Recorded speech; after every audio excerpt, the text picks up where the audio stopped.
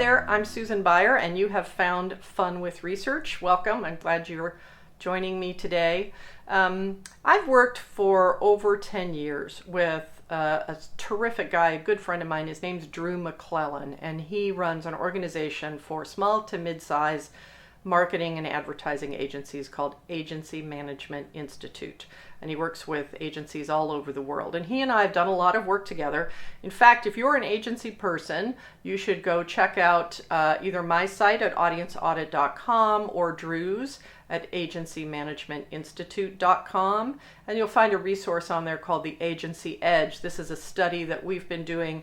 I think this is the 7th year now. We're getting to release our 7th study for the benefit of agencies, helping them understand their clients and prospects and their employees. So it's free. You can check it all out. We publish it every year. So if you're an agency person, go check that out. But Drew and I have worked together for a long time. We've done a lot of studies together. And we're working on a new initiative now that is not a thought leadership study. It's a study for his organization, AMI, to better understand his clients, his agencies, and prospective agencies.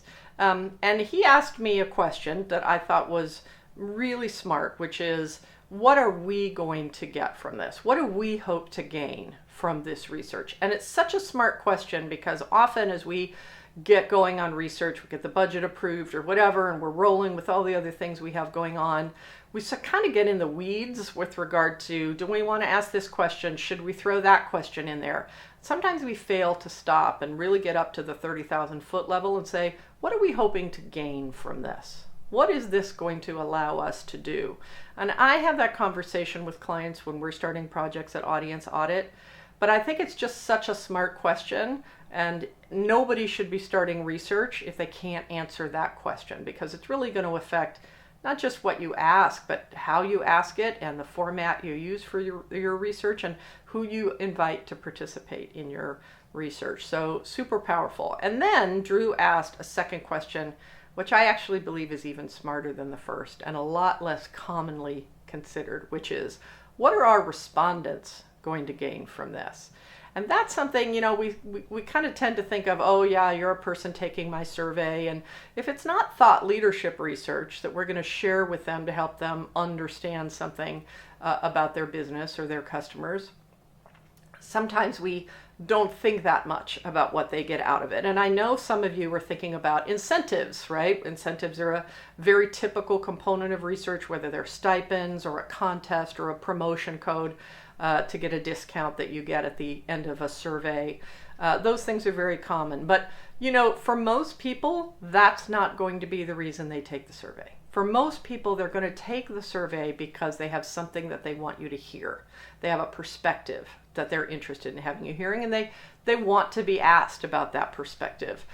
Or say they're customers of yours, they recognize that whatever you learned from your study hopefully will help them. It'll make their experience better. Maybe there will be new resources that are available to them or new products.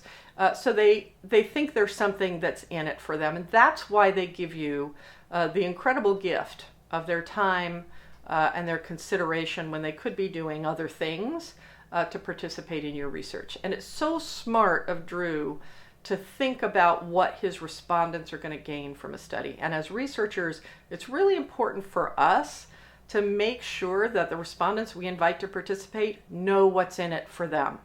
Know that there will be a benefit to them, whether it's improved customer service or new product ideas or just doing a better job of understanding our clients, or whether there's going to be something coming out of the research that they're going to be able to see that's going to be able to help them deal with their own clients, for example. So really smart questions from my friend Drew. I appreciate him sharing them with me, and I thought it might be helpful in what you're doing with your research. So if you have any questions, don't hesitate to let me know. Susan at audienceaudit.com, and we'll see you next Friday on Fun with Research.